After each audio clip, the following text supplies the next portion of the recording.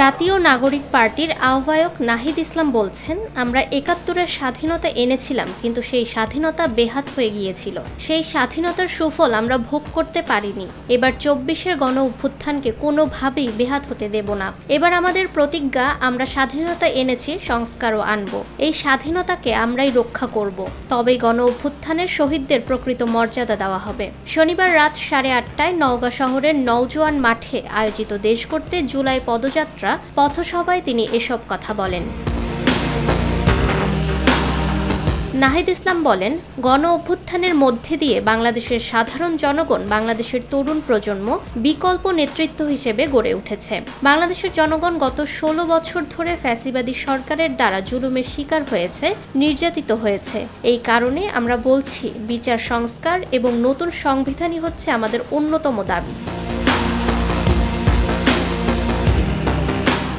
দেশ গড়তে জুলাই পদযাত্রার পঞ্চম দিনে নওগাঁ জেলা এনসিপি এই পথসভার আয়োজন করেন।